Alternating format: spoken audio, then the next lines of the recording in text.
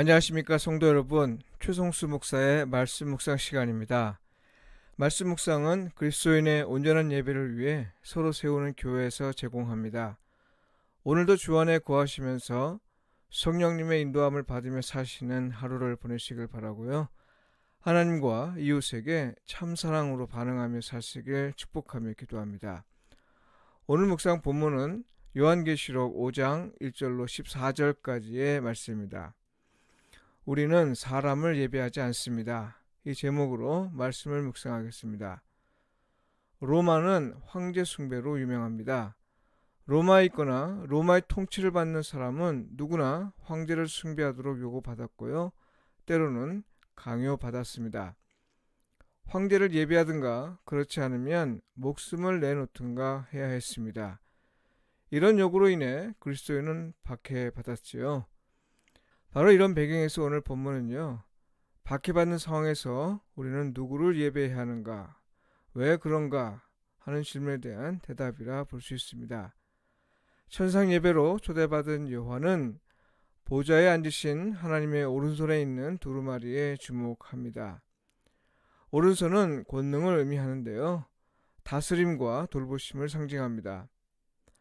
오른손에 7인으로 봉인된 두루마리가 있다는 건 하나님이 말씀으로 다스리시고 돌보신다는 겁니다. 그런데 그걸 펴서 그 인을 떼기에 합당한 이가 없다고 했으니 이건 누구도 그걸 읽을 수 없다는 거죠. 하나님의 뜻을 모르니까요. 그분의 다스림 그리고 돌보심이 어떻게 이루어지는지 이해관에 알 수 있는 사람은 하나도 없다는 의미로 이해하면 될 겁니다. 내 생물도 24장로도 천사도 알지 못한다는 겁니다. 세상에서 아무리 뛰어난 사람도 심지어 신으로 여기는 것들이라도 알지 못한다는 거죠. 여러분, 이 상황이 당시 교회 성도들에게 어떤 의미일지 생각해 보십시오. 지금 교회와 성도들은 혹독한 박해로 고통 가운데 지내는 중입니다. 재림을 기다리긴 했어도 그게 언제인지 알지 못해 점점 지쳐가는 때입니다. 기다리다 지쳐 신앙을 떠난 사람도 많이 생겼습니다. 황제 숭배에 굴복하는 사람들은 점점 더 많아졌습니다. 하나님은 세상을 다스리기는 하시는 건지 의문이 쏟아지는 상황이죠. 아마 모르긴 해도 바로 이런 상황에서 그들이 바라는 건요, 어떤 환난 가운데서도 자기들이 하나님의 손 안에 있는 걸 확인할 만한 사인을 받는 겁니다. 그러니 하나님의 뜻을 알고 하나님이 세상을 어떻게 다스리는지를 알기를 그들이 얼마나 간절히 바랐겠습니까? 고난을 극복하기 위해서나 박해의 고통을 끝까지 인내할 수 있기 위해서, 그리고 황제 숭배의 유혹을 극복하기 위해서라도 알기를 간절히 원했을 겁니다. 그런데 굳게 봉인되어 하나님의 뜻을 도무지 헤아릴 수 없고 하나님의 다스림과 돌보심이 어떻게 나타나는 것인지 알 수 없는 상태이니 교회와 성도의 고난과 그들의 앞날을 생각하는 사람에게는 참으로 안타까운 일이 아닐 수 없었을 겁니다. 도대체 고난은 언제까지 계속될 것이고 고통은 언제 끝이 날지 도무지 알지 못하는 상황이니 얼마나 답답했을까요? 사람이 절망하는 이유는요, 받는 고통이 크기 때문이 아니라 그 고통이 언제 끝날지 모르기 때문이라고 합니다. 그런데 이것을 알만한 하나님의 말씀이 봉인된 상태이니 얼마나 절망적이었을까요? 이 일로 인해 사도 요한은 크게 울었다 했습니다. 교회를 사랑하는 요한의 마음을 읽어볼 수 있는데요. 말씀이 이해가 되지 않아서 답답해하며 울어본 적은 있는지 이해관을 생각해 보고요. 무엇보다 교회와 성도들에게 하나님의 말씀을 제대로 전해주지 못하는 사실로 인해 크게 울어본 적이 있었는지 돌아보며 반성하는 시간을 가져봅니다. 여하튼 사도 요한이 울고 있는 동안 장로 중 한 사람이 유대 지파의 사자 다윗의 뿌리가 두루마리와 그 7인을 떼실 것을 말합니다. 사도 요한으로서는 그분이 누구인지 궁금했을 것인데요. 요한에게 보인 이는 바로 어린 양입니다. 하나님에게서 권능을 위임받아 두루마리를 취하고 7인을 떼실 어린 양은 바로 예수 그리스도인 거죠. 무슨 말이에요? 오직 예수 그리스도만이 두루마리를 펴고 또 7인을 뗄 수 있다는 말입니다.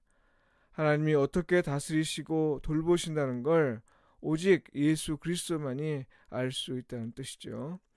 바로 이 순간에 사도 요한은 희망을 봅니다. 왜냐하면 어린 양이 하나님의 권능을 위임받아 세상을 다스리실 것을 보이신 계시이기 때문입니다. 어린 양 덕분에 하나님의 말씀을 읽을 수 있고 어린 양 덕분에 그 말씀의 의미를 깨달을 수 있게 되었다는 말이거든요. 사도 요한은 이것을 확증하는 모습도 보게 되었는데요. 그건 내 생물과 24 장로들과 천사들 그리고 하나님의 모든 피조물까지도 어린 양을 예배하는 모습이었습니다. 어린 양을 예배한다는 건 무슨 뜻이에요? 예배는 오직 하나님에게만 하는 일이라고 한다면요. 어린 양 예수 그리스도가 하나님이시라는 겁니다. 그런데 여러분, 예수 그리스도는 누구입니까? 오늘 9절에 보면 성도를 피로 사시 하나님께 드리신 분이라고 했습니다. 또 10절에 보면 그들로 하나님 앞에서 나라와 제사장들을 삼으시고 그들이 세상을 다스리도록 고난을 위임하신 분이라 했습니다. 다른 건 몰라도요. 확실한 것 하나는 그리스도는 우리를 위해 자기를 희생하신 하나님이시라는 겁니다. 따라서 그리스도인의 희망은 바로 어린 양 예수 그리스도입니다. 성도 여러분, 어린 양 예수 그리스도는 누구도 알 수 없는 하나님의 말씀과 그 의미를 보여주실 분입니다. 그분을 통해서 우리는 말씀을 읽을 수 있고 또 그 안에 기록된 내용을 깨달을 수 있습니다. 그분을 통해서 우리는 하나님이 세상을 어떻게 다스리시고 우리를 어떻게 돌보시는지 이에 관해 알 수 있습니다. 사실 우리 가운데는 말씀의 의미를 잘 파악하고 또 감동적으로 전달하는 설교자가 많습니다. 그들 주변으로 사람들이 모이고요. 한층 더 나아가서 대형 교회를 이룹니다. 명예와 권력과 부를 누립니다. 그러나 여러분 명심하십시오. 아무리 말씀의 의미를 잘 해석하고 또 감동적으로 전해도요. 설교자는 겸손해야 하고요. 자신을 성도의 섬김을 받기 합당한 사람으로 여기면 안 됩니다. 성도들은 예수 그리스도와 그리고 성령을 통해 계시받아 말씀을 전하는 사람을 구별하지 못하면 안 됩니다. 봉인을 떼시는 예수 그리스도와 그가 보내신 성령의 은혜 없이 도대체 누가 말씀을 전할 수 있을 것이며 도대체 누가 말씀을 풀어서 그 의미를 전달할 수 있겠습니까? 그럴 수 없죠. 그러므로 예배받기에 합당한 이는 지식이 있는 사람이 아니고요. 지혜가 있는 사람도 아니고 말씀을 잘 전하는 사람도 아닙니다. 부와 명예와 권력이 있는 사람도 아닙니다. 예배받기에 합당한 이는 오직 성부, 성자, 성령 하나님뿐입니다. 기도드리겠습니다. 예배받기에 합당하신 하나님, 주의 말씀을 듣게 하시니 얼마나 감사한 일인지요.